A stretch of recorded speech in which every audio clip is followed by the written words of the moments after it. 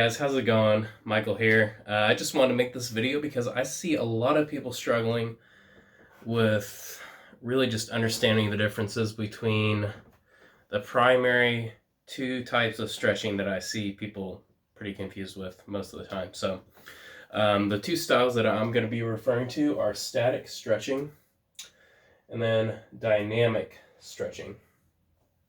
So one example, a lot of times when I go into the gym, I'll see a lot of people warming it with static stretching instead of dynamic stretching. And this is an old fundamental that we get from like high school, junior high, PE class, where we're learning all these stretches, but we don't really know what's going on. And they're not really telling us much about it. They're just like, do these stretches, do the exercises, go to your next class. So you really don't get in-depth knowledge when it comes to the styles of stretching. And unfortunately, a lot of people don't know after that. They don't really learn after that, which that's exactly why I wanted to do this video today for you guys. So static stretching should always be done after a workout. Static means stationary. So it's going to be a stretch that's held at a minimum of 30 seconds. The reason why we're holding that stretch for 30 seconds is because when we hold the stretch for 30 seconds, elongating that muscle, it's going to stimulate the Golgi tendon organ. And when the Golgi tendon organ is stimulated, it inhibits the muscle spindle. So as the muscle spindle is inhibited, it's able to release and gain a further range of motion than it had before. I know it's a lot to take in, but I just want to throw it out there for you guys. I know it's a lot of big words. It's okay. But you're going to hold it for a minimum of 30 seconds. You're isolating one muscle group at a time and holding a position instead of moving through a full range of motion. So to give you guys an example of a static stretch, that would be something like this. A lot of people have seen this stretch, right? Where you're just holding it there, really just waiting for it to feel better, and then you go on, right? That's going to be a static stretch. It's held for 30 seconds, like I said. Now, dynamic stretches should be done before a workout. The primary objective of a dynamic stretch is to get the muscles warmed up, really ready for the work that we're going to be putting on them, or even to loosen up the muscles and the joints, just to get some more comfort in that area. But dynamic is going to mean active, energetic, or vigorous.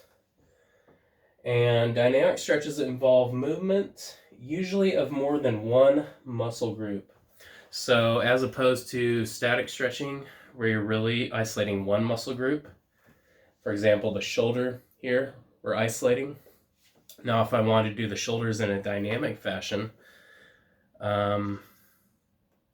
where I am actually warming up all the muscles around my shoulder dynamically, I would do a stretch like this. This would be a dynamic stretch for the shoulders. You're going through the range of motion in a very comfortable, easygoing fashion. You're not forcing it. You're not jumping all over the place. You're just slow and steady. That's going to be a dynamic stretch. So you're actively using those muscles as you work through that range of motion.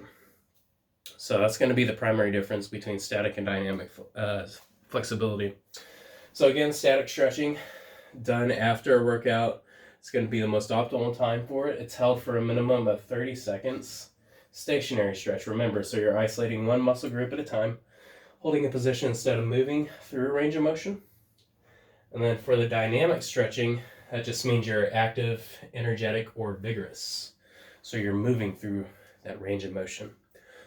And you'll also, once your muscles are pliable and warmed up, you'll be able to reach a larger range of motion due to the fact that you've worked into that area. It's nice and warm. Muscles are a little more flexible, so you achieve flexibility that way, but it's primarily used for warming up. In my case anyhow, if you work out, it's going to be used for warm-ups.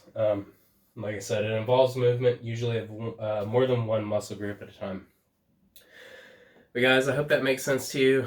I hope this helps you guys out some. Like I said, I see a lot of people making these mistakes, so I really just want to help clarify and bring a little more clarity to you guys. If you have any questions at all, let me know. Comment, shoot me a message. Love to hear from you. But in the meantime, guys, thanks for watching my video. Appreciate it.